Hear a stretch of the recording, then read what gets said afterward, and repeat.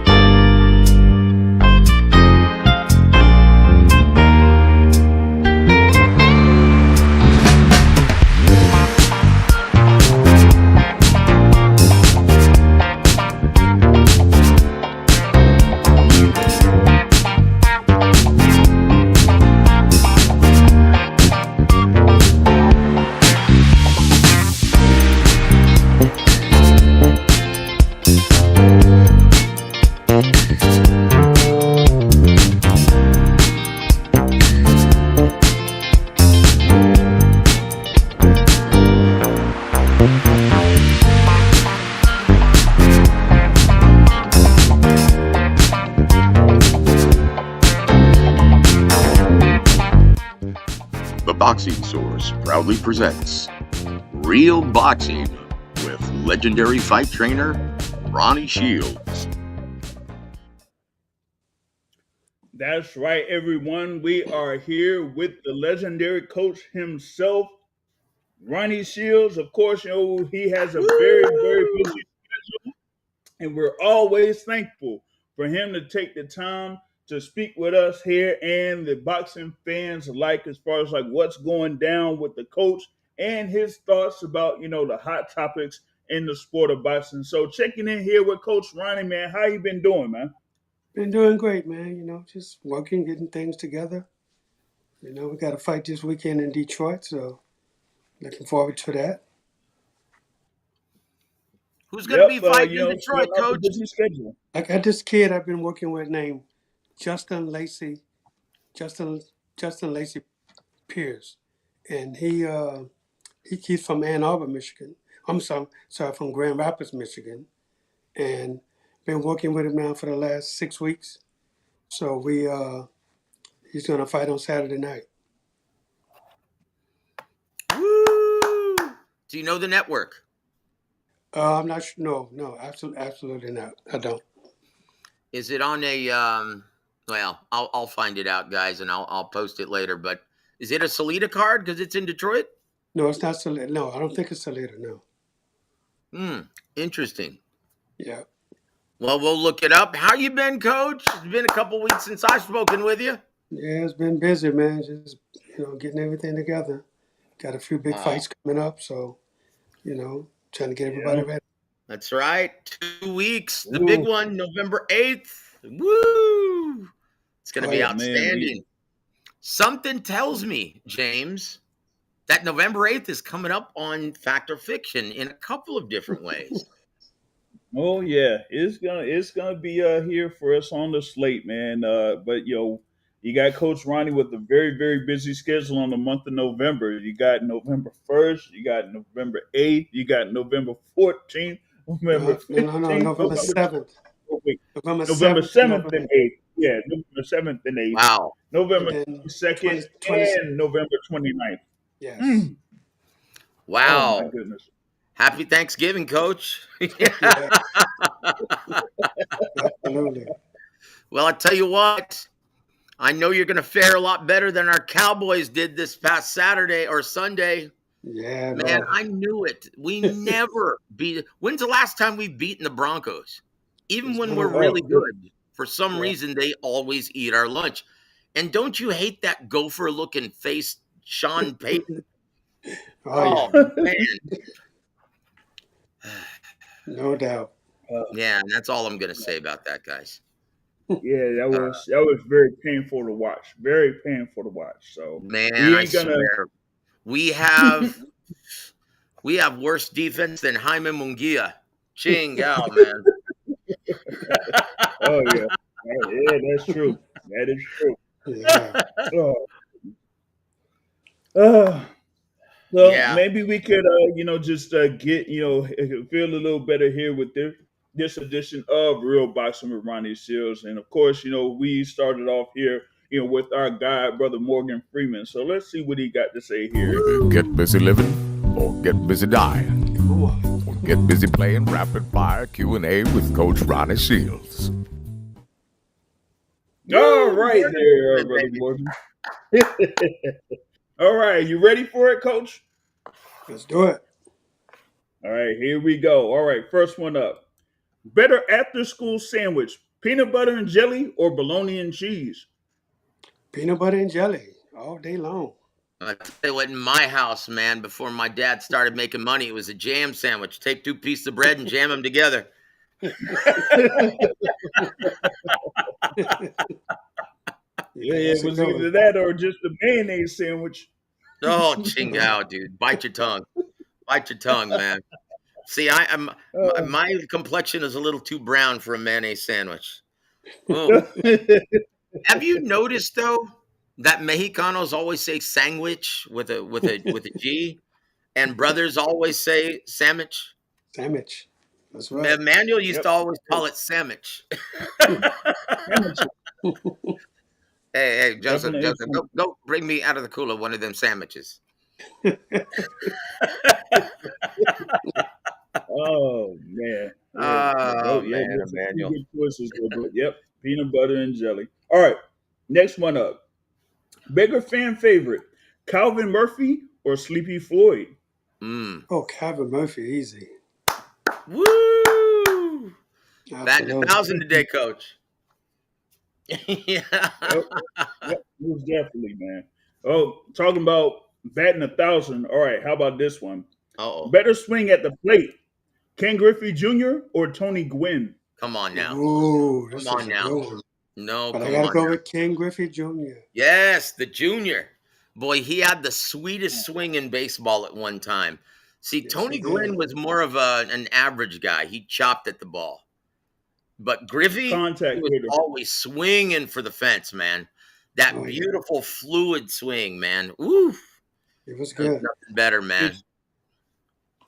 Man, when he like hit it and it just like definitely hit the target, he would just go within that motion and just drop the bat and just walk. Oh my And I gosh! mean, And when he finally came home to play for Cincinnati, man, I almost cried that day. Man, I love me the Red oh Legs, man, man. Love me some Reds. Yeah, that was a great day. I oh remember taking my son to go see Ken Griffey Jr. do BP batting practice, and it was maybe the greatest day in my life, taking my son to see Ken Griffey Jr. take BP before the game. Boy, it was, in the immortal words of John Madden, there was something special. no, Pat, that's a Griffey, special guy right there. Ken Griffey, that's a special guy. Something special, Pat. thanks, John. Thanks, John. All right, here we go with the next one here.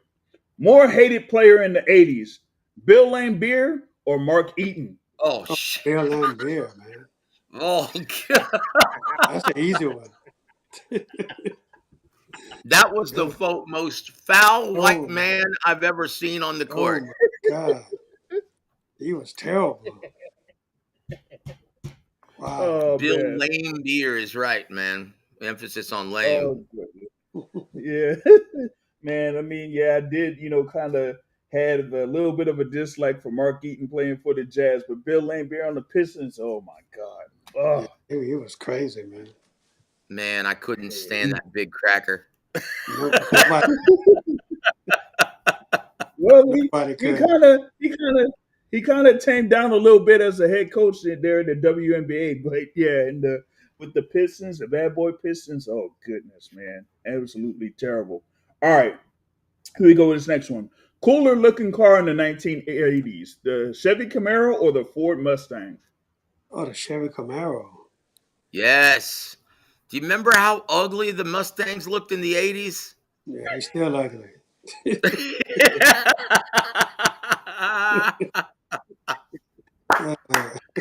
Woo! So who's uglier? Oh, The Ford Mustang in the 80s or Robert Parrish's face? Ooh, that's a draw. oh. Man. Oh man, I swear, Robert Oh, Parrish may be the ugliest brother to ever play NBA. I don't know, man. You had like a couple of candidates after him, so I don't know, man. Man, Robert Parrish Oh, scared me when I was a kid. Whenever he'd I go to like shoot a Tyrone free throw, Hill. man. Oh shit. It's like, I man, if like I were doing a producer, I'd be like, hey, let's go to commercial. I like Ty Hill with the 76ers, but oh man. All right. Here we go with this next one. Better running back in college, Ron Dane or Ricky Williams? Oh, Ricky Williams. Absolutely. No doubt. Woo! Yeah. Both Heisman Trophy winners, and both have the storied history as far as like running backs with the colleges that they went to. But yeah, Man, had to be Ricky. And nobody I really thought cares Ricky too much was, about Wisconsin. I thought Ricky was going to be the next Earl Campbell when he turned pro. Man, it I just think never panned everybody out for thought him. that. Yep. Yeah. Well, everybody Boy, at did. the Longhorn, he was something else, man. Yeah. Yeah. But him with the Dolphins and oh goodness, who was the Bears The coach before Aints. that? Oh yeah, with the Eights. Oh jeez, man. Yeah, I don't know, man. That was a what if career to say the least. All right, next up, better NFL defense: the 2001 Ravens or the 2003 Buccaneers? Oh, I got to go to the Ravens on this one. The 2025 Cowboys. Woo! Never. Guys, I think we may have the worst in history. Oh, It's pathetic. yeah, yeah. I mean, even the 2025 Ravens look pretty bad, but they ain't this bad. Like Oh goodness. my gosh, man. Oh man. Shout out to our guy on the live chat here, Stephen Lokowski says, "Hey, but Sleepy Floyd was one cool dude, there who was playing ball." So, Yeah, fun fact, our brother, Big Luke, he used to actually be a referee in Really? semi-pro basketball. Yeah. Wow. As well as being a former amateur fighter. Yes. Great. wow. Brother Big Luke, my All brother in right, Christ. There he is. all right. Here we go with this next one. All right, this one might be a good one. Let's see. All right, Donna Summer or Gloria Gaynor? Donna Summer. Yes. Yep. Thank God it's Friday. Yeah, I love that movie. Well, where's my girl, man? Sade, where's she at? Oh, come on. She's hiding. She's in a class above them all. She's hiding in Donna Summer's shadow. That's where she is. Yeah, it figures. Oh man.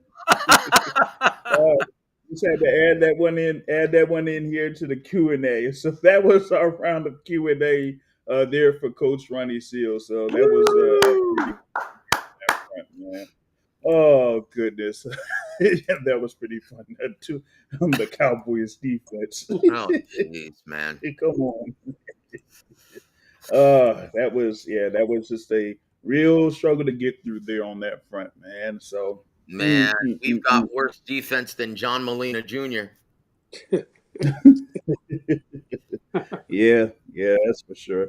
What are the go back to that schedule that we talked about, Coach, last week. Like you said, you got this one coming up here for this weekend, Right. and then back to back there, and then after that you fly you fly over to Saudi Arabia Saudi Arabia. Yeah. for your Vito's fight. And then you gotta fly back and get ready, for Justin Paldo. Fresno. Oh man! Wow, you're in Fresno. Goodness. That's right. That card is in Fresno, isn't it? Fresno, California. Yes. You know, it's amazing. When you go to the airport in Fresno, they've got a tractor in the airport. Have you ever seen anything like that, Coach? You know what? I think I've been to Fresno once, but I don't remember the tractor. Oh, you'll see it this time. The tractor, guys, right in the middle of the airport. Unbelievable, man! Unbelievable. Oh, jeez. Hey, Joe, you ready for the next thing up, or you got something else here for us before we get No, into the top let's team? start in fact or fiction, brother. Come on now. Oh, Woo! you wanna start with the fact or fiction? Okay, let's do Let's that. start Oh, with since fact or we got fiction, that, my brother. And then yeah. halfway through, Since we'll this jump to top person, 10. then we'll see about with our person that we got for this voiceover because we're going to be talking about them. So let's go. Hey, this show needed the cash cow back to introduce fact or fiction. I don't know if we needed him this week because it looks like he may have a few things that's going to be Oh coming boy. up here for. But here we are. We're going to start it off here with number one on fact or fiction. So let's go for it. All right. On January 31st, 2026, Josh Kelly will pull off the improbable upset, outboxing and outpointing current IBF champion Bakram Murtazaliev in Great Britain. Fact or fiction? Fiction. Oh. It ain't gonna happen. I don't see it. Josh You don't Kelly's a think, good fighter. but you don't No, think keep going, he's coach. gonna really phase Backroom though? No, not at all. Oof, Not in the least. man. Oof, man. Not even with I mean, Eddie Hearn playing spoiler and doing home field advantage. Not even that. Oh boy. nope. Big Abe Lincoln is going to come through, huh? Oh yeah, no doubt. Yeah, doubt. they blinking. Oh goodness. Or scoring 12 years ago. Yeah. Yeah, man. You could He call looks him like a big Eastern European Abe Lincoln. Yeah, he does. that. He does. Man, tell you what, he can crack too, man. Yeah, so how many Yeah. rounds do you give it? Because I know you're thinking knockout. Well, I'm thinking over there he has to. You know, he watched the fight the other night, so Oh boy. he knows what he has to do. So you think they're going to lobby to get Howard Foster as the ref? Same guy. Wow. Oh, man. oh, Howard Foster, man. Look, coach, how does he continue to get these assignments? Well, you know, if the promoter has day fighter, of course, yeah, that's why he's there. Oh, Chingao. Ah. That's they just ain't playing fair no more, man. It's crazy. So I guess that's a perfect segue into number 2.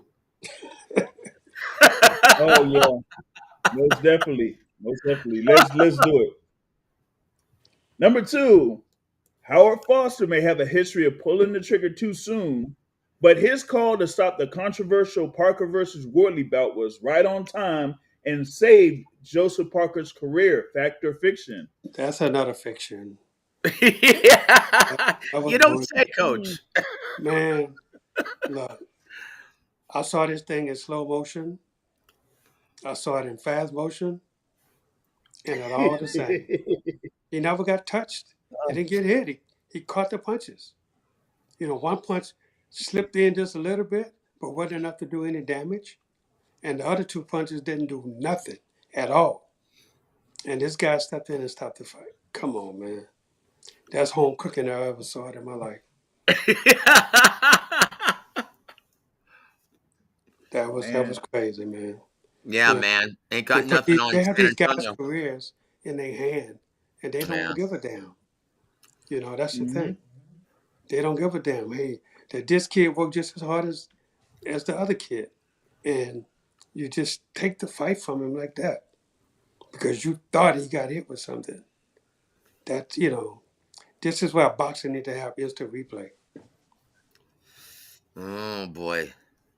Yeah, it's a tough one, coach. So, do you think there's going to be a rematch? They don't want to fight him again. Shit.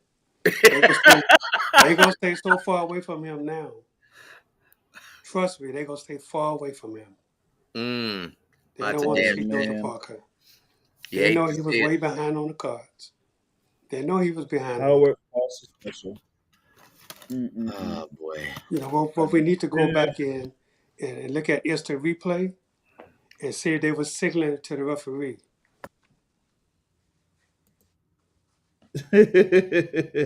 He had to be doing something because, I definitely felt like, Joseph Parker was winning the bout, up to that particular point. And I know that, Parker got caught a little bit by the end of the 10th round, but he was still, good at that point, right? Oh, yeah.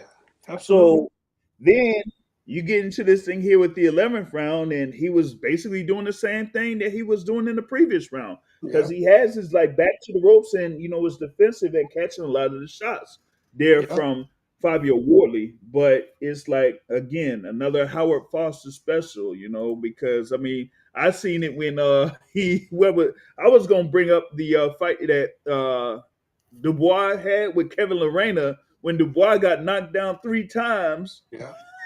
And they didn't do nothing. But then Kevin Lorena gets hit, and it's like, no, okay, the bout's over, fight's over. I remember that. That was on the undercard of Fury Chisora, wasn't it? I think it was, Fury Chisora there at Tottenham. Man. Yep. Yeah, because I remember I called a fight later that night. Yeah. Boy, I was shocked then too, man. I don't understand. It's like, how does he continue to get these assignments, Coach? I'm going to ask you again. I don't get it. Well, as these promoters, man, they want to make sure that guy has every advantage possible. So I'm sure this guy's going to go on a nice vacation soon. Well, look, to be fair, I didn't hear any Parker fans protesting when he got hurt earlier in the fight, spit out the mouthpiece, and Howard Foster gave him about 20 seconds to recover. Oh, yeah. Let's just be fair, guys. Come on. Yeah, look, honestly, I hate to see that. The fight. That's true. But stopped it long enough so he could recover. Yeah, but I will say this. If it worked for you once, Joseph Parker, why didn't you spit out the mouthpiece again in round 11, Holmes? Come on. He didn't have to. He didn't get hit with nothing to spit out the mouthpiece. Dude, take a knee. Spit out the mouthpiece. Something. It's Howard Foster, brother. Come on. Do your homework. Was it Andy Lee is in this corner too? Oh, yeah. But look, Andy Lee is so soft-spoken. I know Andy. He is no Ronnie Shields in the corner. Dude, Ronnie, Ronnie would have been on the apron. Oh. They had to throw me out. He would have been getting in Foster's ass, brother. That's definitely true. Oh, the pit bull would have got him. Oh, man. Yeah, Ronnie doesn't put up with that mess, man. Oh, definitely not. Definitely not. That's crazy, man. For premature stoppages? Oh, no. Oh, man. Mm-mm. Yeah, I could see Ronnie having that connection, man, after right in Howard Foster's face. Oh, that's terrible. Well, let's just hope you don't encounter something like that in Saudi Arabia, Coach. All right, we ain't got to worry about me doing nothing over there. No, I'm coming home. Can't do no life sentence over there.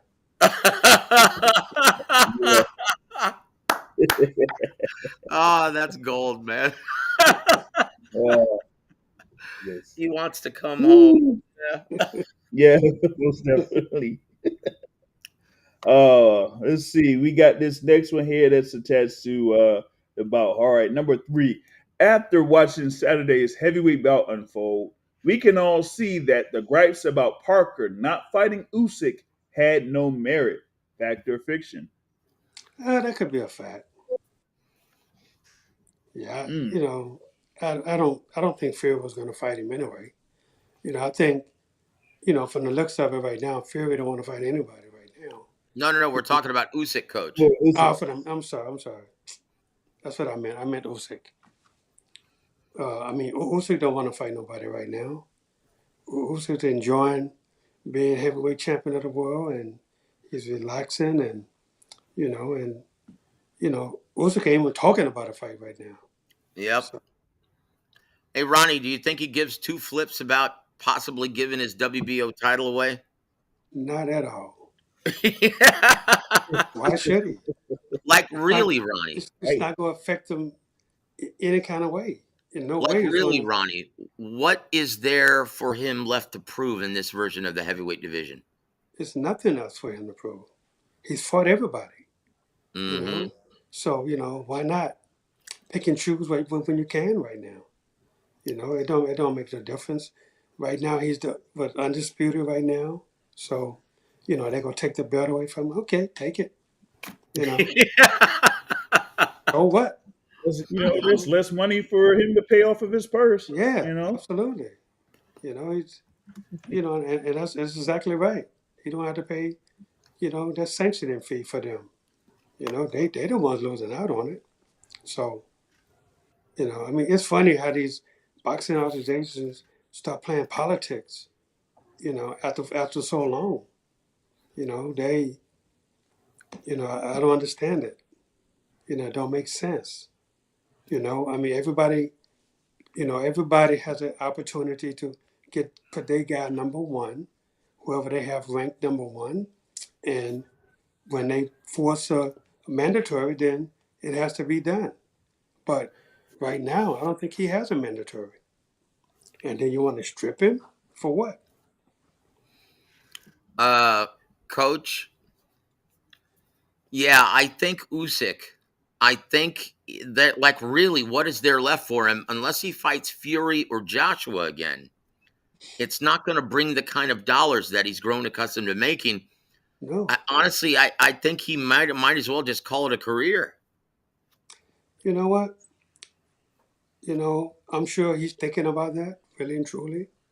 Because he's looking at the heavyweight division right now. Yeah, there's no money there for him, really. There's nobody's name out there besides Joshua or Fury, that really can make him that $100 million payday. And I really and truly don't think he cares. Yep, I think he's going to retire, Coach.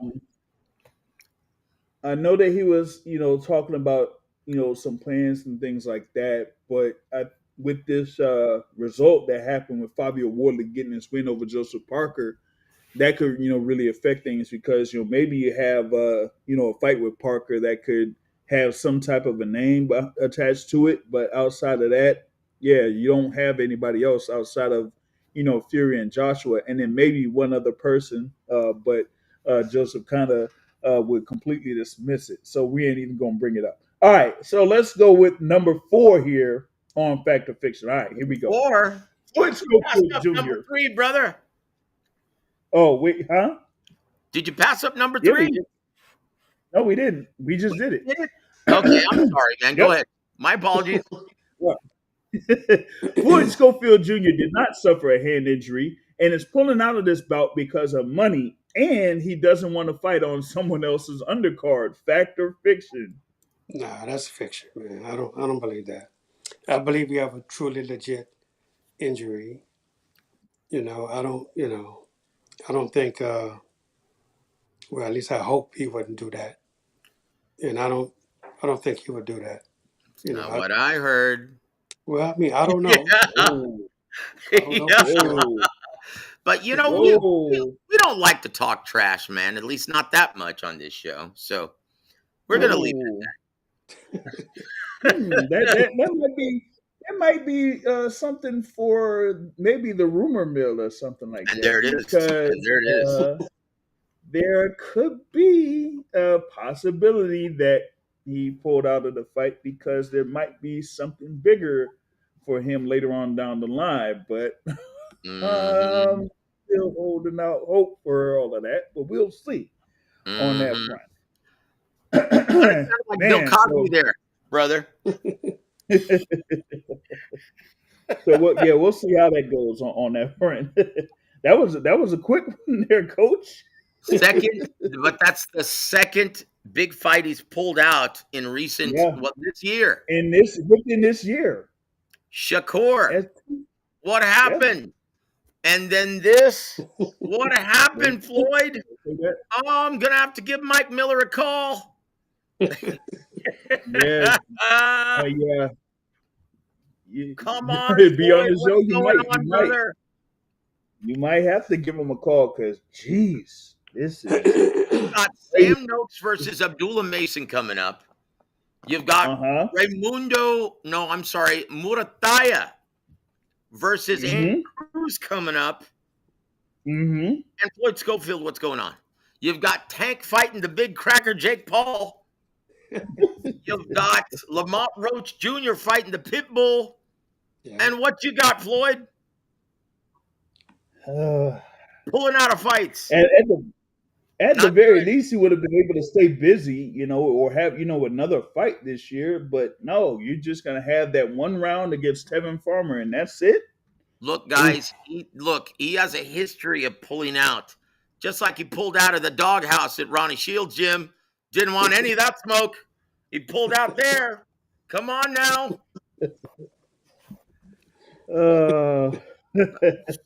Am I wrong? Hey, it's like Coach says. It's like Coach says, we have a way, and if you don't like our way, there's the door. That's it. Am I wrong? Am I wrong in connecting the dots? Come on now, guys. Well, the thing about it is, the Jojo Diaz fight was a good fight for Floyd. Number one, I think, Jojo would have been tough, but I still think Floyd would have won. But, I don't know. Look, there's a reason why he's on the other card. With the budget that Golden Boy had for the remainder of the year, they didn't have enough to put Floyd in a headliner with someone else and pay an opponent, right? Yeah. So, yeah, I know the money was an issue, guys. So they shouldn't even put the fight on. Why accept the fight if you didn't like the money? Exactly. That seems to be a running trend with the Schofields. It's like, why do you agree to this if you don't like it? Don't want to do it. Yeah. You don't want to do it. Don't accept the fight. Get the don't waste everyone's time. Like, come on. It's like y'all. I'm like, y'all. It ain't like y'all first rodeo into the game, so you already see what's there in front of you.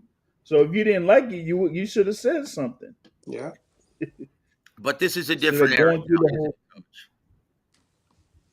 Yeah, this is a different era, so that's what we facing every day now. Oh boy. Yeah, don't get Coach started on that. Oh man. Woo! Maybe I don't know.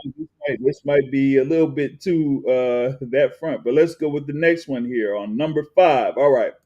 Look, if I hear one more fan talk about Bud ducking boots, I'm going to give up on boxing and start watching women's tennis. Fact or fiction, Coach? That's definitely a fact. Coach. I give up boxing and start watching tennis too. You can't make this stuff up, Coach. It's become a trend. Fans are calling out Bud Crawford, the 168-pound badass, the undisputed champ, and they say he's ducking a guy who's not a title holder at 154. Please try to make sense of that. You can't. People are, I don't understand it. Number one. Number two, would it be a good fight? Probably at 154, yes, it would be a good fight. But Crawford done moved up, so he's going to be at 160 now, I believe. So, look, Crawford is in a driver's seat right now. He may have 1 or 2 more fights left in him. If he's a smart guy, so he's going to pick the best opponent for him that he thinks he should face. And I think that's going to be one of the champions at 160. And, get another record under his belt if he wins. And he got to, this is a business. Boxing is a business. And Crawford is going to whoever going to make him the most money, number one, and number two is going to be one of the champions at 160, because it don't make sense for him to go and fight for some interim title that doesn't mean a damn thing in the sport of boxing. So why do that? You know, he's going to go and fight for the world championship and, you know, put another notch in his belt and then say goodbye to everybody. Hey, if Boots wants it bad enough, why don't he move up to 68? Yeah, that's a good question. Or even I don't hear 60. Boots talking about that. No, Or even 60. he dared to beat Terrence Crawford. Listen, Oh, Chingao, guys. the opportunity for any chance of that happening was after July of 2023. And once that particular instance passed, then it can't necessarily be revisited. So fans from either side shouldn't really talk about that fight happening, because it's not going to happen any No. shape, form, or fashion. So, Yeah, Jerron Boots Ennis is too busy with the Uisma Limas of the world. well, And they're saying the issue, they're saying Bud Crawford's ducking Boots Ennis. Come on, guys. Come on. the issue, When has Crawford ever avoided anybody, Coach? Never, ever. You know, Crawford. No, man, that doesn't make sense. That's a Now, bunch of Crawford is he the same guy that said to Gary Russell Jr.? Is he the same guy who said, you know what, man, if we were in a street fight, I'd break your neck? That guy is ducking Boots Ennis? Really? Well, you know, that's a free like I said, for Boots. So, hey, ain't nothing wrong with getting free publicity. Hey, yes, you know what? But people, That is the smartest thing I've heard all week. He's doing this for free publicity. Yep, I like it. I don't know if it's through him or whoever, but Someone people started gotta know it. Someone started it, James. People gotta know who these fighters are dealing with. And the thing with Boots and Bud is that they have also dealt with the same manager at some certain point of their careers. So when you see the past that they've gone through over the course of their careers, I see it being a similar past. So I don't know why fans don't even see that, but they want to pair those two together in a fight. Like I said, that That's ship is right. sailed. Middendorf used to work with Cameron Duncan, didn't he? That's right. That's right. I forgot Mhm. about that.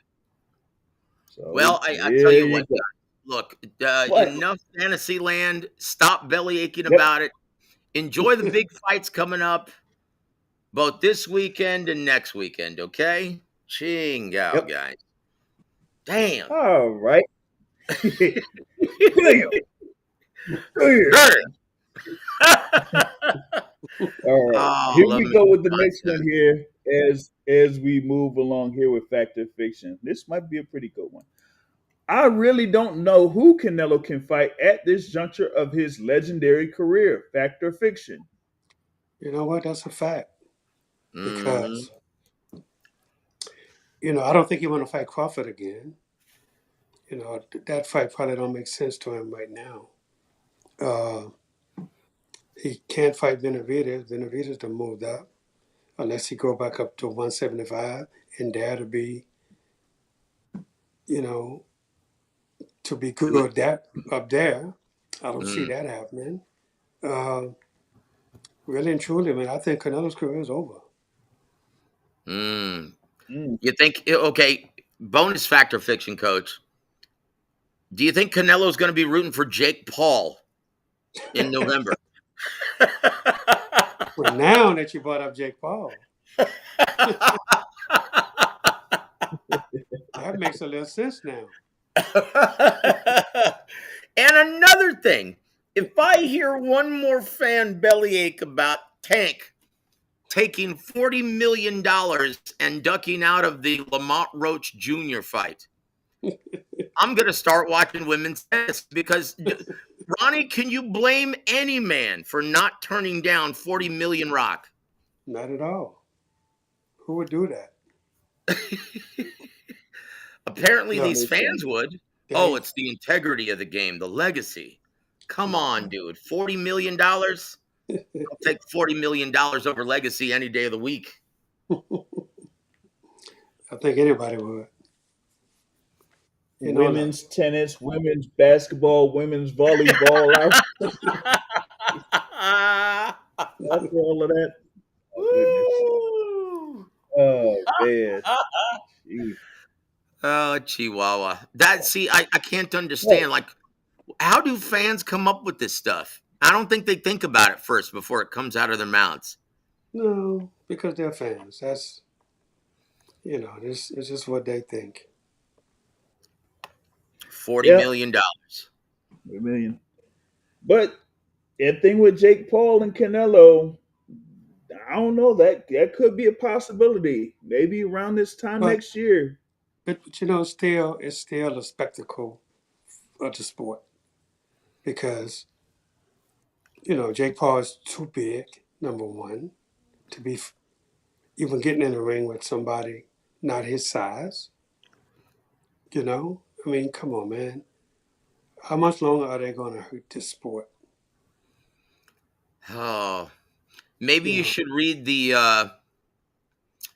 Netflix Fact or Fiction now, James. All right. Let's go with that then. We're gonna skip ahead to this one here for the next one. All right, here we go. With Netflix showing interest in Pacquiao versus Mayweather Part 2, it's obvious they need to hire Ronnie Shields to be the president of sports programming Factor Fiction. oh, that's a fact. Yes, yes, here. Woo! Man, What are they thinking, Coach? I don't know what they're thinking, man. Come on, man. It's you know. I Um, mean, look, Pacquiao come out of retirement. They rank him number one in the world. Fight Barrios to a draw. Now he's going to come and want to fight Floyd Mayweather for a world title. What world title they gonna fight for?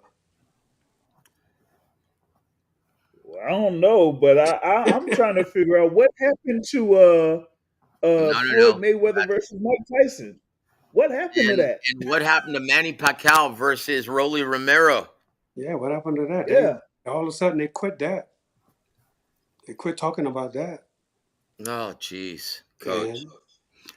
And You know what? it's a money grab. It's what Yep. it is. It's a money I grab. used to think Netflix could be the savior for boxing in the American market, but goodness gracious, Coach, they don't know what they're doing. Absolutely. Coach, sounds like you've got another career waiting for you, brother. Go take control over there, man. Man. Go start teaching them the sweet science. Ching, Yeah. man. They don't want to learn the sweet science, man. They don't understand Nah, we how don't. these fighters Nah, work, let man. me- And that's the problem. Okay, so let's go back to the terrible call, right? Howard Foster. That's what you're saying, right? These fighters worked way too hard for something like that to happen. Now, Yeah, talk about what they go through in camp, Coach, to get to that, oh my that point. God, man. Camp is like, for a lot of guys, camp is 3 months. 3 months of putting your body through, conditioning and then training and eating the proper stuff. And, you have to sacrifice to get your body in that shape to take punches, and you practice on not getting hit from punches. But look, this is boxing. You're going to get hit. Simple. But you Mhm. practice on defense, you practice on offense, but you have to eat right, you have to sleep right, you have to, do so many things that it takes a fighter to get himself in tip top shape in order to get in these knockout drag out fights that people like to see. And fighters want to do this. But then all of a sudden, you come and you make a mockery out of the sport. Why? It doesn't make sense, and I understand certain fighters want to make money. Yeah, they always want to make money. Everybody want to make money. But, these guys like Floyd Mayweather and all these guys, you know, look, you was an ambassador of the sport. And now they keep coming back for what? Mm. Let these other guys who praise you and love you and you know admire everything you did for the sport, and all of a sudden they come back to hurt the sport. That's the thing that makes so many people mad. And I hear it all the time. People coming to me, why is this happening? Why are these commissions letting this happen? Like with the Tank and Jake Paul. Look at the weight difference. Why are they doing this? Suppose Tank really gets hurt. Then what? You know what they're gonna want to do? They're gonna want to sue. You know? And it doesn't make sense that this is happening. You know, Well, I it think it, we it got the goes into official the whole soundbite thing of with today's show. yeah, yeah. That's clipped. That's clipped. For sure, that's gonna be clipped. And it kind of goes to the thing as far as like as they say in Psalms, the integrity of the sport. But like you said, Coach Ronnie, yeah, this is like as they say, prize fighting, but there has to be some type of a limit towards it because it's almost like they're overpaying for entertainment and not really for the sport itself. So And that's like when you have these fights, like a Jake Paul versus a Tank Davis being moved from, for example, being moved from Atlanta to Miami, or having this possibility of a Pacquiao versus Mayweather, it's because they may see that a lot of people would be still interested in it, so they're looking at the potential earnings of it instead of like trying to build and continue to build those up and coming fighters or those that are actually established and world champions. absolutely, absolutely. But these guys should know this. Pacquiao should know this. Mayweather should know this. And this is something that the sport, man. I mean, it's like the sport is taking a black eye. You know, and to me, it doesn't make sense. And look, those guys were great in their time. They had their day. You know, now it's time for them to say, hey, you know what? Let's push these younger fighters. Let's keep this sport of boxing going. Let's help this sport because this is the sport that made them. Amen. They had that Amen, opportunity. brother. Yep. They Coach had that Ronnie. opportunity. Woo! Dun, dun, dun, dun, dun, dun, dun, dun, dun. So that would make a better president than JD Vance. That's for sure. Oh goodness! So I don't want to. I don't want to look forward to that in 2029. Oh Oh, no, goodness! no, no. Ron DeSantis, baby. All Ron DeSantis. right. Being a Floridian. That's for another show, James. Yeah. All right. Let's Let's see if get we back could to run through these. brother. Yeah. Let's go through these other ones here. All right. We going back to number 7 on this one. Virgil Ortiz will spank the Hammer on November 8th. Fact or fiction? Oh man, you know what? I'm torn between on this one, man. Hmm. Because let me tell you something. If Lubin is on, that's going to be a very tough fight for Ortiz. Because Lubin can box, and he's not the biggest puncher at 154 pounds, but he got enough that you could respect him. But his boxing ability Hmm. is what can win this fight for him. So this is a tough one for me, and why everybody's picking Ortiz in this one. I mean, I think they really underestimate Lubin, man. I really and truly believe they underestimate it. And, and I think Lubin is going to come out early and show his boxing skills. And he's going to give Ortiz problems, you know. So, but the only thing is Lubin don't have the best chin in the world. And in this sport, that's a bad thing to happen. Yeah, look at Fabio Wardley. Yeah. Yeah. you know.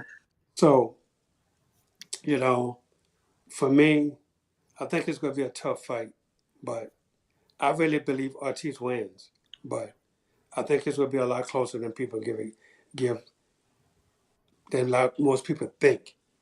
I don't think people will give Lubin the credit that he actually deserves because he's a really good fighter. And I give Ortiz a lot of credit for taking this fight because this is no run over. This is going to be a good fight, I believe. Yeah. Oh man, So, current odds I see for let's this. shift gears. Let's go back to this. I want to ask you a question because I think we went through that number 2 way too quickly. So Fabio Wardley is now the guy next in line to fight Alexander Usyk. Let's say Usyk, because his manager stated, "Hey, we're going to fight the winner." Let's say Usyk does fight Fabio Wardley. With that big right hand and that granite chin and his athleticism, do you give him a chance? Of course, I give him a chance, but I think Usyk is the better boxer. Number one, Usyk done fought big guys before, so that's nothing new to him. And I think Usyk is the better skilled fighter. So the only way Usyk loses this fight if he fight in London, and they had the same referee. Oh, or if he comes in with the Sunday morning hangover. Yeah. Even then, I think he beats him.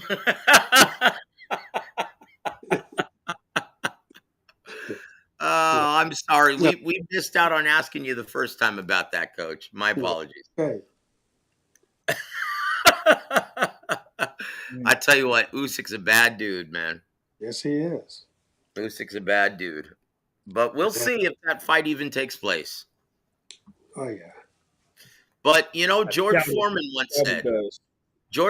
once said, if you have a good jab, if you have a great chin, and if you got heavy hands, you can go very far in the heavyweight division. Oh, that's no doubt. No doubt. So they're calling right now, Coach. I want to see what you say about this similarity. They're calling right now in Great Britain. They're calling him the British Bomber because they say he's the British Deontay Wilder. What say you? Right.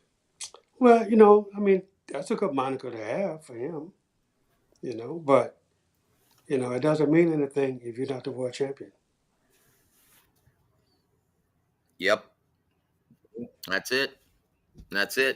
Look, say what you want. And so who had better skills, Coach? Deontay Wilder or Fabio Wardley?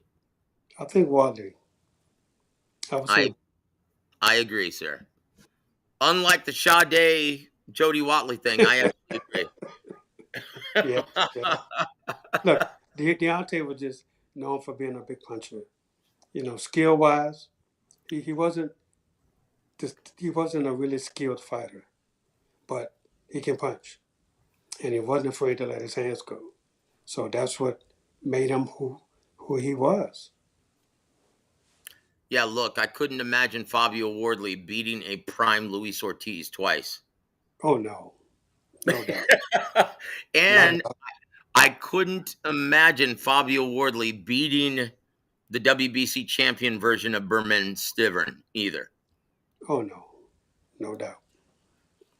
So there it is. Woo! So there, I hope that answers some question, fight fans. Oh, jeez. The British Bomber. Ching Gao, Coach. That'll make Deontay mad. That'll make him want to fight Fabio Wardley. No, Deontay, stay away from him. You've had your time, brother. Well, we'll see what's going to be up with Deontay Wilder soon enough. But what, on BLK Prime again? No, I don't think so. Is he going to be fighting on Manny's undercard? No. So we'll see what happens here when it comes to Fabio Wardley. We'll talk about this next one for Fact or Fiction. How about this? Frank Warren is no dummy and will not stick Moses Atama in the ring with the big punching Fabio Wardley. Fact or fiction? Well, that's a fact. Look, man. Look. Now, Itamo is a young guy. So, he's the future of the heavyweight division. And, they better not get greedy. They just better not get greedy. Because this kid, he can really fight. But you put him in too soon, too fast, you can hurt him. Oh, That future is going well, to. after that Atama fight with Dylan White, they were talking about, oh man, he could be ready for Alexander Usyk right now. I'm No, like, come no, no, on. no, and more no. Guys, can we say vicious Victor Ortiz? Guys, he's the perfect lesson, right? Okay, once again, have we ever seen Moses Itama's chin tested? No. Okay, Not what yet. happened to Victor Ortiz when they stuck him in with a hard punching Marcos Maidana and didn't see if he had a chin first? Yeah. Guys, But trust me, they're going to take their time with Itama. yep, Frank is a Hall of Famer for a reason, guys. No So doubt. if anyone's waiting for Fabio Wardley versus Moses Itama, stop it. It's not going to happen, not anytime soon. Nope. So we're not gonna have another version of Joe Joyce versus Daniel Dubois. Oh, no, no, no, and more no. I guess Frank may have learned his lesson with that one, maybe, but Well, let's hope so, I don't because know. Moses, he doesn't need to be thrown in with a big puncher this soon. No, Not like that. Yeah. not. Absolutely not. Yeah. So, guys, I hope you learned something from Coach Ronnie today with the art of promoting prize fighters. Promotions 101, guys. Do not stick your young prospects in with big punchers too soon. That's right. Oh, like how they stuck Erickson Lubin in there with Jamel Charlo? Yes, yes, yes, and yes. That's terrible. Come on. Oh, man, they padded his record, got him to that point, Yeah. and they had no idea whether or not he could take a good punch. Yeah. Boy, And they they found found out out. within one round. Yeah, they found out. They definitely found out. Oh goodness, man. Oh man. So, guys, I hope you definitely learned something today. All right. Here we go with the last one here for Fact or Fiction here right now. Here it is. Coach Ronnie Shields is the greatest trainer in boxing today. Woo! I say fact, brother. I say big fact. Yes. I'll say it for you, Coach. I know you're All right. humble. All right. I think Fact, you do. baby. Woo! Yes. Come on now. Coach, I tell you I what, thought he was amazing job, and I tell you what, we're all in awe of what you're still doing, and you don't look a day over 45, brother. God bless you, my friend. Woo! Yeah, thank you. Well, I tell you Oh, what, man. let's pay homage to one of our dear friends, someone we miss Yeah, every single day. yeah, James, we're gonna give you that. I was gonna say that Coach Ronnie could have gave us a Muhammad Ali little speech, be like, "Yeah, I'm the greatest, and I'm knocking out all bums. If you get that, I'll knock you out." Yeah. he might be saying that to Howard Foster if he ever faces him. Uh-oh. If he ever does that to one of Yeah. his fighters. Oh goodness, man. Yeah, that's definitely true. That is definitely true. Oh man, but yeah, we definitely want to get to this particular segment here, as you know, from was like I would say Friday. I think it was Friday would be October 25th. That is like Yep. 13 years from the day that we lost our great person and great trainer there, Emmanuel Steward. And so, we wanted to get through this particular segment here. This is a special version of this one here. So let's go ahead and run this here first. Come on, Teddy. Maybe, just maybe, it's time for Coach Ronnie's Top 10. Bing!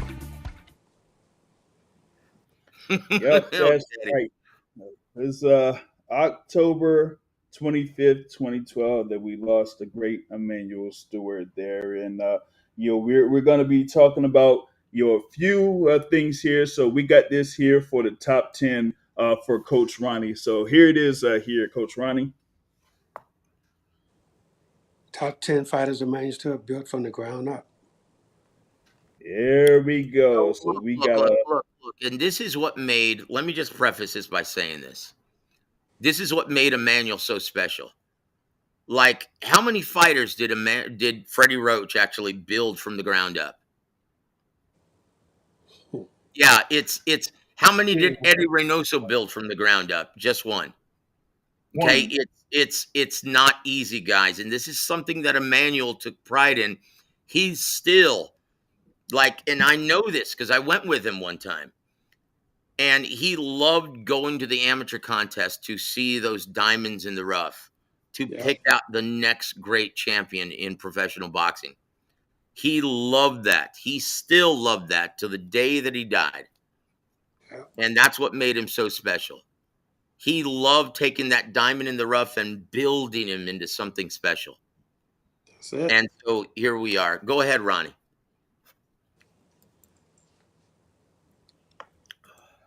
Number 1 or number 10, James? Oh, we're gonna go for number 10. We're going from 10 to 1 here on this. So here we go with number 10.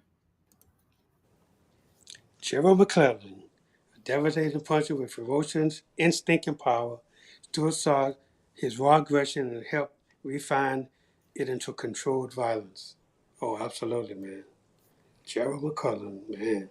The G-Man. You know, he was such a good fighter, man. And Emmanuel, he did a great job in honing his skills, man. And, you know, it's a shame what Jerry is today, but man, when he was fighting, man, he was something else. Emmanuel he did a great job in helping this kid to be the fighter that he was. Man, the G-Man. Yeah. So what was your favorite fight with the G-Man? Oh, man. You know what? I can't even recall the favorite, but just the way he fought, though, you know, he was just, you know, I think what Emmanuel did was, Tommy Hearns and Gerald were similar. And he really molded Tommy behind after Gerald. I've seen sparring footage from the Kronk. Yeah. And it's better than probably 99% of the fights I've ever seen. Without a doubt. Without a doubt. Look, both of these guys have some of the best right hands that you could ever see in the sport. I mean, man. But like I say, they was really similar in a lot of ways. It was their mental makeup, wasn't it, Coach? Oh, yeah. Absolutely. Absolutely. Man, so can you get that kind of mental makeup by jumping on boxes and throwing medicine balls against the wall, working with your strength and conditioning coaches, Ronnie? Hell no, you ain't gonna get that from that. No, that ain't gonna happen. There's only one way that comes, and that's hard sparring. And you can go see that for yourself at the Ronnie Shields gym every Tuesday and Thursday. And Saturday. And Saturdays. But go on Thursday, guys. That's Throwback Thursday. Woo! Or is it Throwback Tuesday? Which one is it? It could be Tuesday, Thursday. It don't matter. Oh, it does matter, Coach. I don't want to show up the day, man, when the fighters are choosing the music. Damn. We have old school Thursday, so. All right, very good. Big James, what's number 9, brother? All right, here we go with number 9 on the list. Dwayne Thomas. Yep, a talented super welterweight who rose for the Detroit circuit to become WBC world champion on the Stewart's patient's eye. Yeah, man. Dwayne was a good fighter too. And, you know, he was really quiet. He was a quiet guy. But, man, what Emmanuel did, it turned him around. And, man, this dude, he became WBC champion, man, and he was a really good throwback fighter. Mm. And it's all about the mindset. And what's amazing, Coach, and you talked about this in an earlier show a couple months ago, Hmm. that a lot of your training, and this is what Emmanuel did as well, a lot of your training is just talking to these fighters. Oh, absolutely. That's the thing. You have to talk and makes them understand what you're saying. It's a difference when you're screaming and saying things, but when you talk to them and make them understand, and then they give you that feedback, that's when you know, yeah, they got it. They really understand what I'm saying. I mean, that's one of the most important things, in training fighters, is the understanding that you have to have in order for them to really know what you mean. Mm. Tell you what, it's become a lost art, Coach. No doubt. Yeah. Tell you what, keep it up, Coach. Keep up doing the great work, brother, in Houston, Texas. Was it Sugarland? Sugarland. Sugarland, technically. Absolutely. I tell you what, you're doing a great job, Coach. Number 8, Big James. All right, here we go with number 8. Milton McCurry, one of Mm. Stewart's earliest stars and true crunk original. Started as a teenager under Emmanuel's watchful eye, McCurry blossomed into a WBC welterweight champion and symbol of Detroit's pride. Oh, absolutely, man. Milton was, man, I'm telling you, man, this guy, I mean, I used to talk to Milton all the time. And man, this guy, he loved Emmanuel. Emmanuel brought so much to him, you know. And he used to tell me all the time, if it wasn't for Emmanuel, he said, I wouldn't be anything today. And man, Emmanuel had that crunk style that these guys picked up, and they were so confident in whatever they did. If you watch all Emmanuel's fighters, go back and just take a look. Tall and skinny. All of them, tall and skinny. Yep. That's the way they were. I mean, you know, if they wasn't, then you couldn't be the Emmanuel fighter. Sorry, K9. Yeah, yeah. Sorry, K9. But just go back and watch every last one of them. Everybody was tall and skinny, long reach, and had that powerful right hand. Mm. That was Milton too. Milton had that.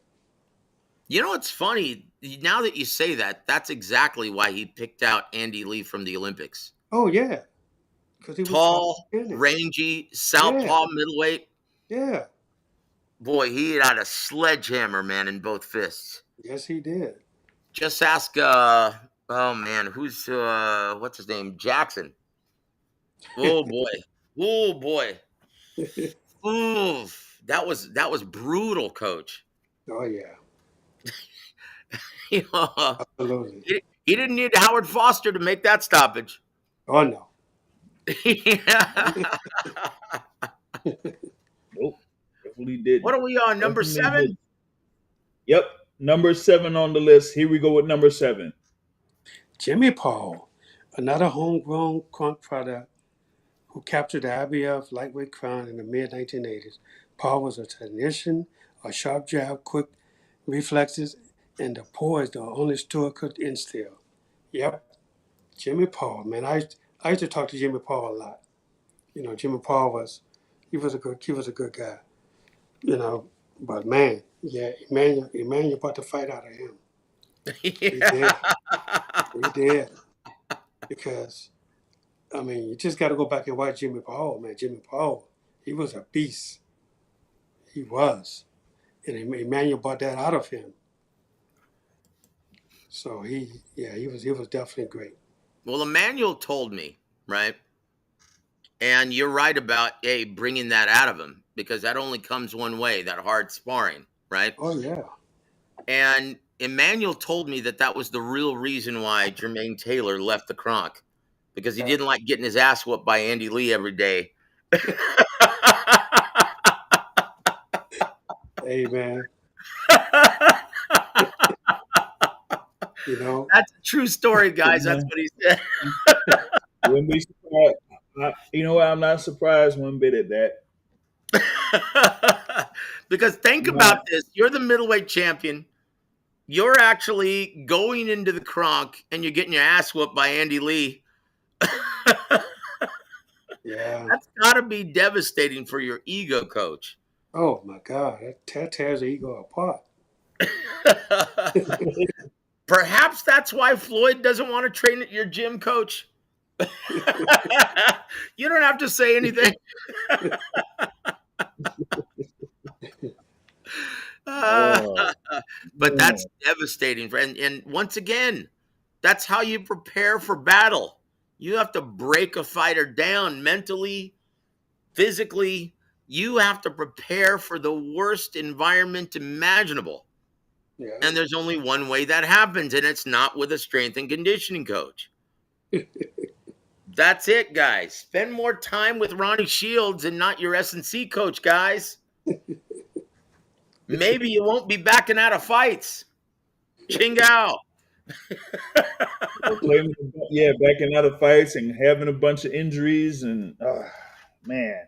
Look. Uh, Ronnie, is there ever a professional fighter that goes into a big prize fight without any lingering ailments? Oh hell no. Man, if you ain't got an injury, something is wrong with you. Means you're not working. That's it. Not working hard. That's You're it. not working at all. Amen. If you ain't got an injury going into a fight, something's wrong. Amen, coach. That means you didn't do your job. Absolutely. You got something wrong with you. That's what I'm saying, coach. That's what I'm saying. Come on now. I've never met a fighter who say that they felt 100% going into a prize fight. Never. Ever. Never. Come on, not Floyd. one time. Not one time. And that's another thing. Keith Thurman. Well, no. Let's finish this first, guys. I'm sorry. I don't want to bring Keith Thurman into this top 10. Sorry. Forgive me, Emmanuel. Oh man. Ready for number 6? Let's do it. Let's do number 6, brother. All right, here we go. Number 6. Emmanuel Steward, the first world champion ever produced by the Kronk Gym. His 1980 WBA lightweight marked the beginning of Stewart's reign as boxing's most respected teacher. Kenton's victory proved that what Emmanuel built in Detroit could rival any boxing powerhouse in the world. Oh yeah, absolutely. Emmanuel Kenton, man. I used to talk to this guy too, man. Especially in amateurs, because we used to travel together a little bit in amateurs, and he was such a soft-spoken guy, but him could fight. Simple as that. Another tall, lanky, rangy guy that Emmanuel turned into a power puncher. This guy, I'm telling you, man. Ooh, this guy, he was something else, man. He was something else. And, I used to love talking with him a lot, man. Whenever we went to the Nationals, I used to see him and we used to talk so much, man. And him was just a great guy all around. But soft-spoken, but a beast inside of that ring. That's what you love. That's what you want to see. No doubt. Like, honestly, coach, don't you wish more fighters, in the immortal words of Teddy Roosevelt, would speak softly and carry a big stick? Well, that's right. That's Emmanuel Kenton in a nutshell. It's almost like these guys want to talk so much crap on social media these days. Yeah. And they're afraid to fight the best possible opponents. Absolutely. Absolutely. Different era, coach. Different era. Yeah. Man. You see a little bit of a recurring theme here with some of the fighters on the list, though, with Oh their yeah, little bill. Though. But oh yeah, hey, with their that's bill, what they was all built the same. Emmanuel did. So Yeah, once again, that just shows you that Emmanuel picked these guys out of the amateurs. he did. That's what. So coaches, they don't do that anymore. No, None of them. They don't. no, absolutely not. And it's a shame, guys, because I tell you what. And look, to their defense, though, USA boxing isn't the same either, is it, Coach? Oh, not at all. No, it's everything is different by USA boxing these days. Absolutely, everything is different. Well, I tell you what, we need more boxing gyms. The best thing that could happen for USA boxing is for it to become a scholastic sport once Yeah, but again. but you know what the problem is with is that when you get a really good fighter, then they turn 16, 17 years old, they turn professional. Mm, This is why we are lacking in winning gold medals mm, because Yeah, we don't have fighters to stay around because you have a promoter, a manager, somebody offering these young kids a lot of money to turn mm. professional, and we're losing them in the amateurs to the pros, and you know, but what can you say? These kids want to make money. They want to help out at home. They want to you know they want to make money for themselves. So in a way, it's it's easy to believe that, but in another way, it's hurting our amateur program because we can't bring the best the U.S. has to the Pan Am Games, to the Olympic Games, stuff like that. We can't bring our best because somebody done gave them money to turn pro. Yeah. You remember when it used to be a thing of serious pride to represent your country? Oh yeah, but not today. Not in today's era. No.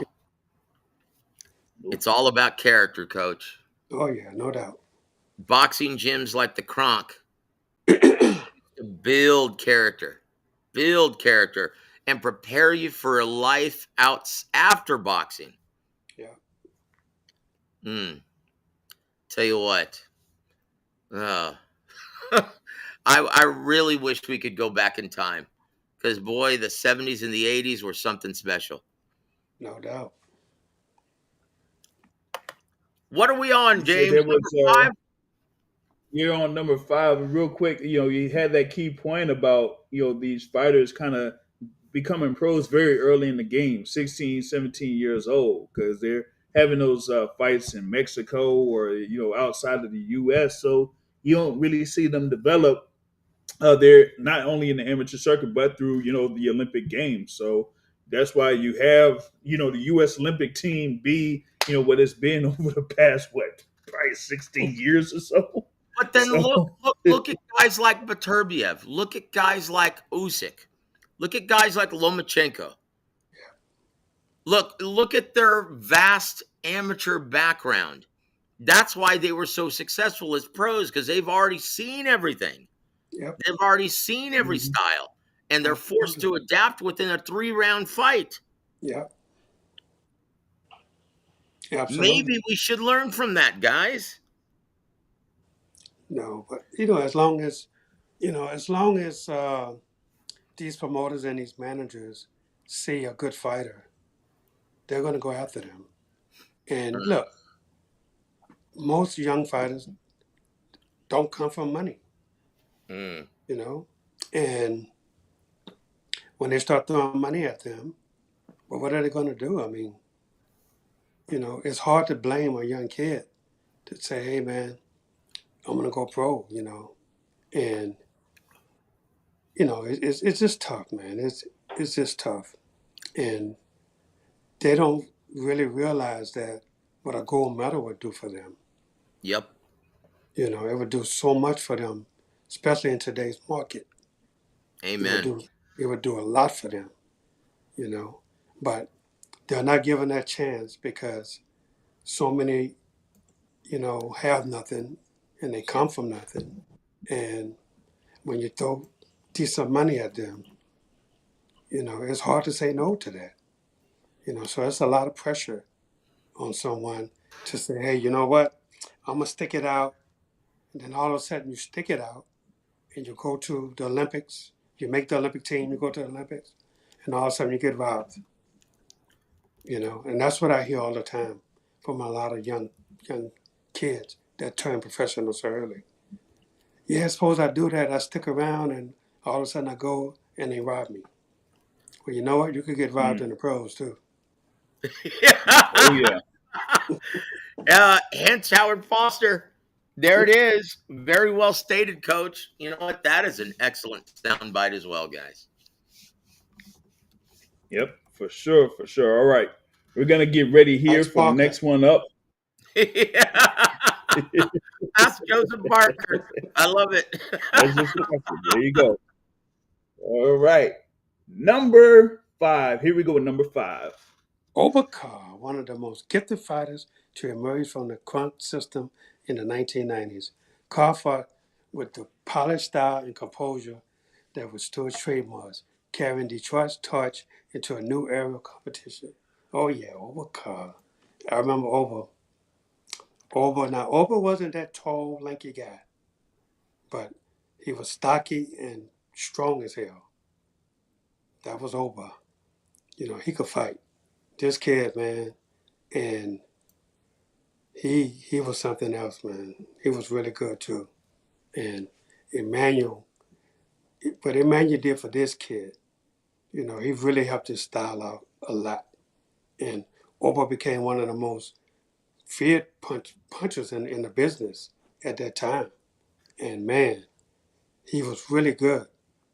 And I used to watch Oba a lot because I used to like the things that he did. But he was such a good fighter. And Emmanuel Steward, man, he really brought, he just showed you that, look, I got these tall, skinny guys that I'm going to make punchers. And then now I'm becoming the little submachine gun in a guy like Obakar. Very well said, Coach. Are you surprised that he never won a title, or does it just speak volumes of the era that he came up in? Yeah, it just speaks volumes of the era that he came up in. It was, look, he was good, but still at that era, it was so many good fighters in that era.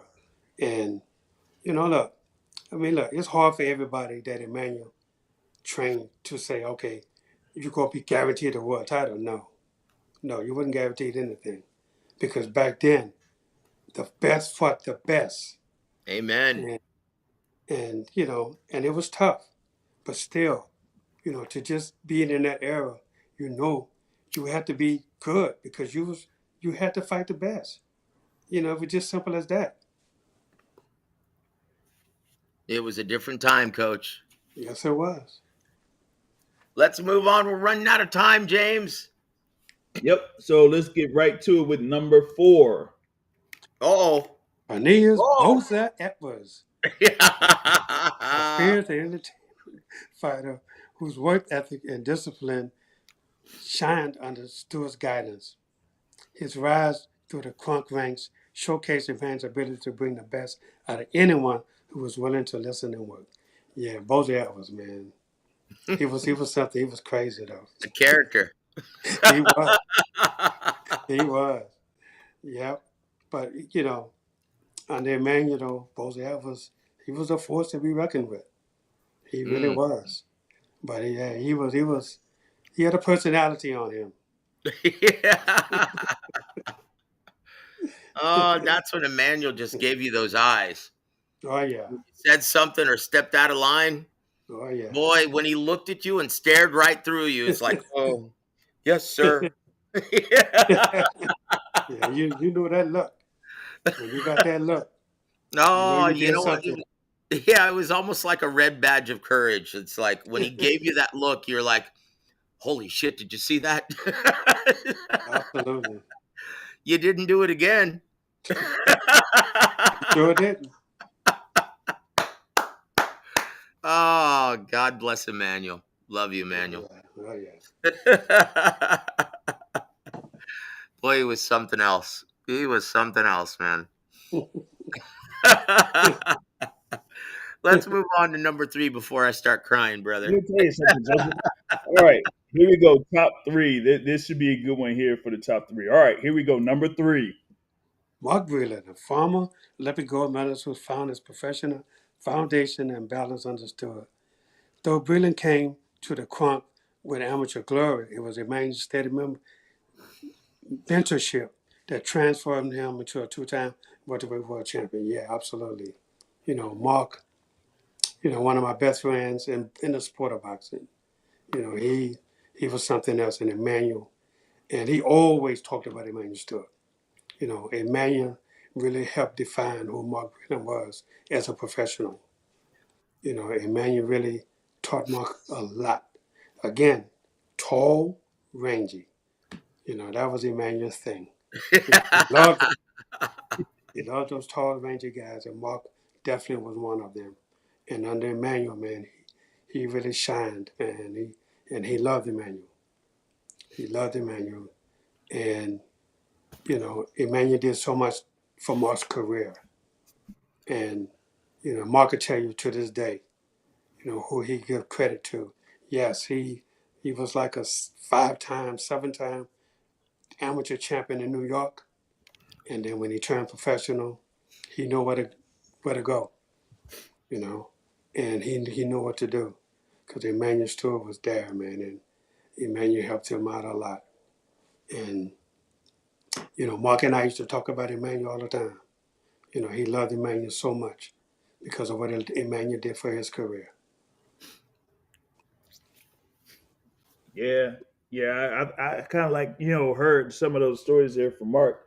When I was up there for the Atlantic City Boxing Hall of Fame when he got inducted last year, Right. so we brought him up a lot during that weekend.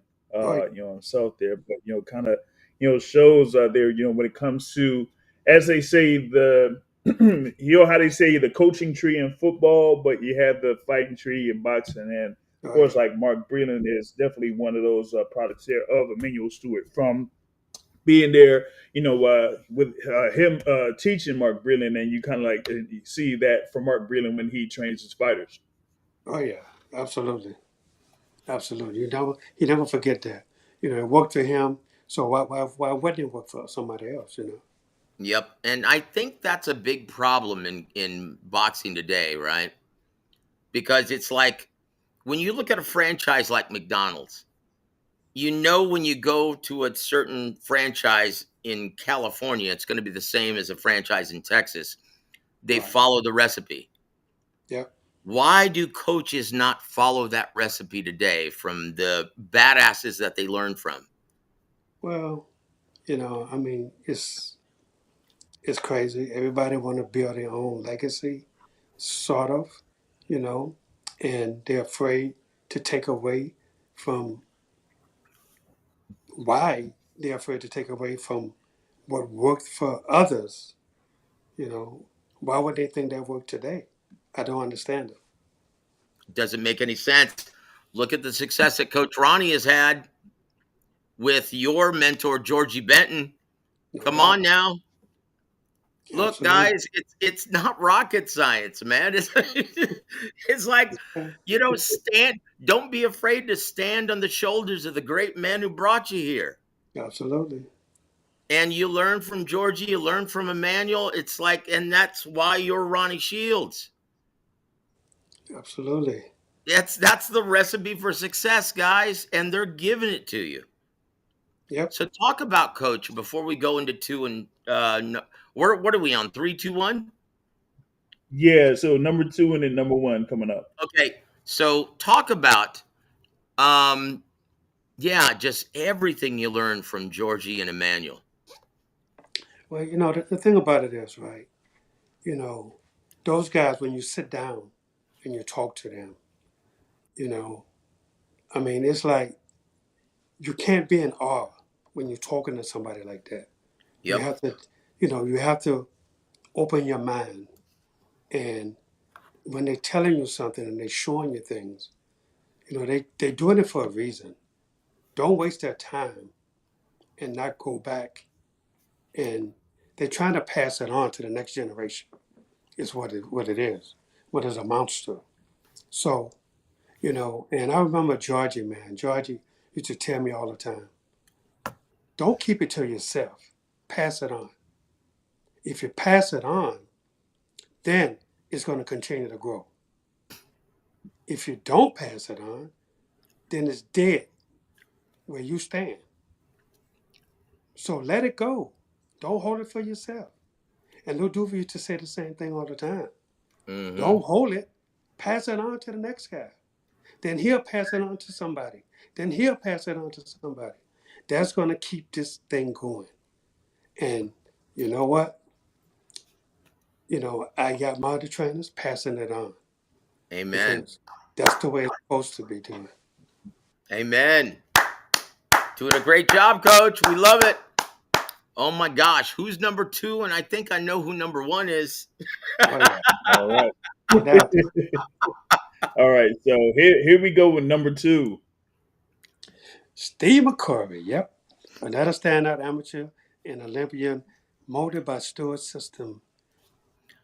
Steve's precision, timing, and commitment to the fundamentals represented Emmanuel's teaching philosophy perfectly, a fusion of art and science within the ring. Amen. Oh my God. He was really good. I'm telling you, man. I remember him in the amateurs, right? In the amateurs, man, people, they talk so much about him and Milton, and man, but Steve, man, Stevie he was something else. And Emmanuel loved this kid. He really did. He thought Stevie could be one of the best fighters that he ever had because he was just so good. He was so good at everything. But man, Emmanuel just, he just took these kids under his wing, man, and look, man, they just followed everything he said. And man, they was a dynasty. They was a dynasty. Because from year after year after year, you had somebody from the crunk that was a world champion. And Stevie was there. He was really good. Man. Yeah, like you said, you had his brother there also was part of Yeah. the list there. So Oh yeah. you 2 brothers. had both of them being a product of Kronk Gym and Oh coming up. yeah. But like you said, with Steve having an amateur background, just like Mark Breland, all Stewart had to do is just mold him the way that he wanted them to, and he was just a very, very dangerous fighter there on the front there, coming from Oh Detroit, yeah. man. So that was definitely a really skilled fighter there on his front there. Let's see here if Joseph was still on, but what we'll do is we'll go right to number 1, Well, the hold obvious on, one. hold on. I'm going to read something, right? And because I Sure. wrote an article about it, it really touched me. And this was the day after Emmanuel passed away, and I spoke to Ronnie, and he said this. He said, Emmanuel was a very dear friend of mine, and we talked all the time about everything. We never think about the possibility of a person like Emmanuel leaving us at any moment, because when you're around a person like him, you take for granted their presence and think they're always going to be with you. I know a lot of people feel the way I do and will miss the person that Emmanuel was because of how much he cared for everyone and how much he did for everyone around him. Thursday was a very bad day, but we have to celebrate his life and realize that Emmanuel lived his life the way he wanted to, and he was happy with what he did. That makes it a little bit easier to deal with. But everything about Emmanuel was so good. When you hear about so many people who knew him and no one had anything bad to say about the man, that tells you what kind of person he truly was.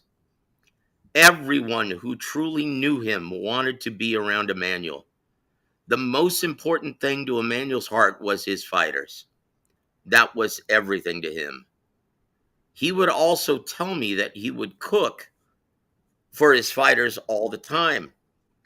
He cooked for his fighters. If you really knew Emmanuel, you knew that he loved to cook and he was really good at it. I remember the one time Emmanuel told me that he cooked for Lennox and his mother. Yeah. Because Lennox used to bring his mother to camp sometimes. Yeah. Don't get me wrong, Lennox's mama cooked a lot, but Emmanuel cooked a lot of the time too because he was so good at it. That's like, who does that these days, Coach? Nobody. Doesn't exist anymore. Now, I'm sorry I got emotional. That was No. I mean, right after Emmanuel passed away. I did that interview with you, Coach. Yeah. But that's something when you leave that mark where you have it to where nobody had anything bad to say about Emmanuel Steward. It showed how much he cared about people Oh, inside and outside the ring. So this is, and I've got more to say from that interview. And he said this, Coach Ronnie did. You know, I've spoken with Lennox a lot, and he's told me that he realizes that he would have never become the heavyweight champion of the world if it weren't for Emmanuel Steward. He said that he knows he could have never recognized his true potential in the sport without Emmanuel's involvement. There are so many testimonials like this from so many of his fighters, but that was the impact that Emmanuel had on the sport. Emmanuel gave his entire life to boxing, and the world of boxing owes him a lot. I've always said that Emmanuel Steward was the best trainer in the sport. I meant it then and I mean it now. Without a doubt, Emmanuel was the very best. End quote. Very well said, Coach. I saved that, and it will always mean a lot to me because I was lucky enough to spend time with Emmanuel as well. And I learned, the 3 years that I was working with him, I learned so much. And that's the reason why on my channel, I always profess not only the X's and O's, but the business of boxing as well. Because Emmanuel knew not just a little bit about certain things, but a lot about everything in boxing. Yep. The business, managing, promoting, training, he did it all, didn't he, Coach? Oh, he did. He did it. He did everything. He did. Absolutely. He was a one of a kind. You talk about someone who lived boxing. Emmanuel Steward definitely lived boxing. That was him, you know. And kind of like goes into, like, of course, like what we have is number one. We already know who number one is on the list there. So Thomas Hitman Hearn, the fighter, better represents the bond between student and teacher than Hearns and Stewart.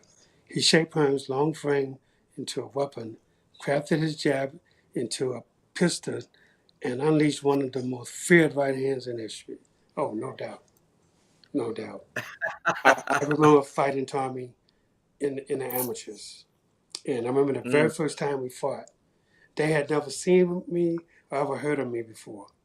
And when I beat Tommy, Emmanuel Steward grabbed me. He said, where did you come from? I said, I'm from Port Arthur, Texas. He said, where? I said, Port Arthur, Texas. He said, where in the hell is Port Arthur, Texas? So I said, you heard of Beaumont, Texas? He said, oh, I heard of Beaumont. I said, right down the street from Beaumont. He said, wow, golly, man, oh my God. Man, I never seen anything like this. Where you from again? I said, Port Arthur, Texas. Man, I never heard of that before. I said, it's a refinery town, man. And I think he went and looked it up on a map. But it was so funny, man. And then, man, Emmanuel I used to see him all the time. And he wanted me to come to Detroit. He said, you got to come to Detroit. You got to come to Detroit. I said, man, I can't. I said, I got a family, man. I can't do it, you know. So I never went, but I sure wish I had gone. I really do. I wish I had gone, but but the way things were for me, I couldn't. I had a daughter at the time, and I just couldn't. I couldn't leave. Everything happens as it will, Coach. Oh yeah, Thanks for your absolutely, time. But absolutely. here's the last thing I'm going to say from that same interview, and it was really lengthy, right? Um, you said this. Emmanuel gave everything for his fighters. All of his money, all of his efforts, and all of his time went into developing his boxers at the Kronk Gym. He would pay to have them travel and compete all over the world in amateur competitions. Boxing took Emmanuel off the streets, and he felt passionately about giving the kids of the community the same opportunities to gain the same important values he learned in the gym, the same principles that helped make him the successful person that he was. Emmanuel talked about this a lot. He knew that competition and hard work in the gym gives young people the character it takes to be a success in life, not just in the gym, but in life. He stressed that all the time. He would put on seminars and clinics all the time in different cities around the world. He always told me that he had to get these kids involved in boxing early, keeping them off the streets, because he knew how tough it was for some kids that didn't get the positive reinforcement at home. He knew that they stood a better chance of making it in this world after spending time in the gym rather than being left alone on the streets. And he was right. He was always right. Yeah, Quote.